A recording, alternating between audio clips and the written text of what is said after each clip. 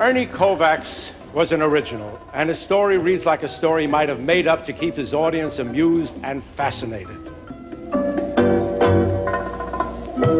In the early 50s, this music meant the appearance of a creative genius known as Ernie Kovacs. He would be the first comedian to make full use of television's potential, creating an imaginative and sometimes bizarre electronic world all his own.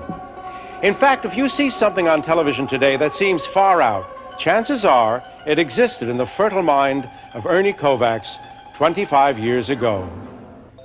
Born of Hungarian parents in Trenton, New Jersey in 1919, he was the undisputed neighborhood clown. He was always center stage, always seeking laughs as far back as grade school.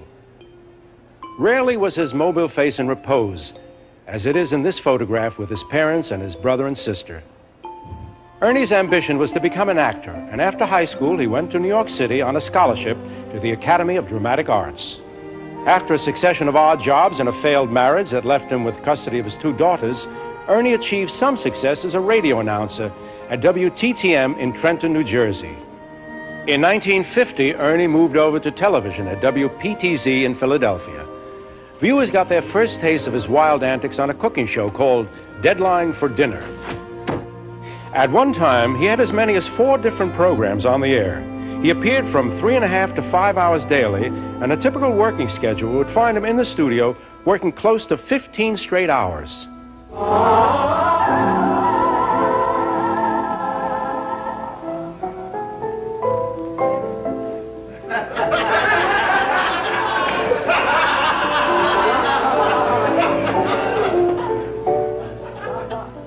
Somebody seemed to have slipped a little fish into my martini.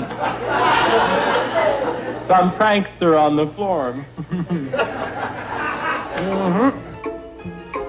It was during those hectic years he met and married the lovely musical comedy star Edie Adams, who also became a member of the cast. His daughters would come to visit him on the set as these home movies show, but unfortunately, these happy times wouldn't last. His newfound joy was suddenly shattered when his estranged wife vanished with both his daughters. Ernie spent over 2 years and huge sums of money in private detective fees trying to track down his children. During this time, no one knew the anguish he was going through as he was making the nation laugh. Eventually, he found his daughters in Florida, and he brought them back to New York City to live with him and Edie in the 17-room duplex apartment on Central Park West. As Ernie's popularity soared, he hopscotched from one network to the other, going from show to show. In 1956, he was offered a major break by taking on the job of hosting The Tonight Show.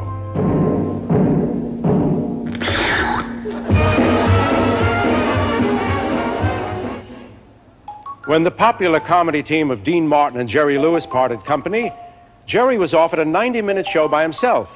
He only wanted to do an hour, and that left a 30-minute space in the schedule that nobody wanted to fill.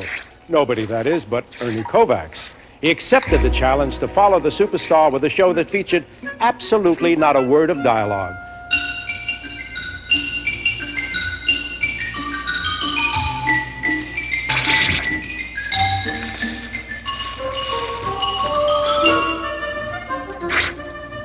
The next morning, everyone was talking about this remarkable tour de force that featured visual comedy as it had never been seen before.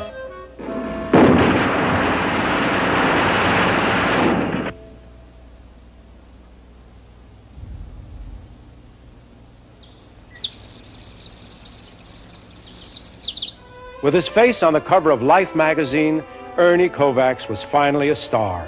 He moved to the West Coast, but brought with him a mountain of problems with the IRS. Ernie didn't believe in paying taxes, and he piled up huge debts on business schemes that read like some of his more incredible sketches. His approach to money also showed up in his work, and he would spend more than he was making to get the effect he wanted.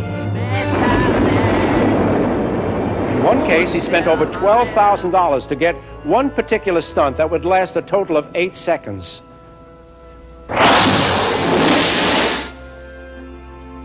On the night of January 13th, 1962, a light rain was falling when Ernie Kovacs lost control of a station wagon and skidded into a utility pole.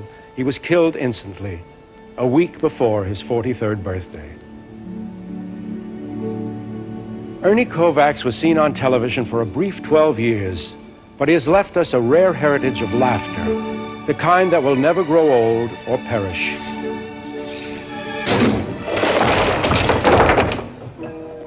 He was a one-of-a-kind personality and entertainer, and in our lifetime, we are fortunate to have even one Ernie Kovacs.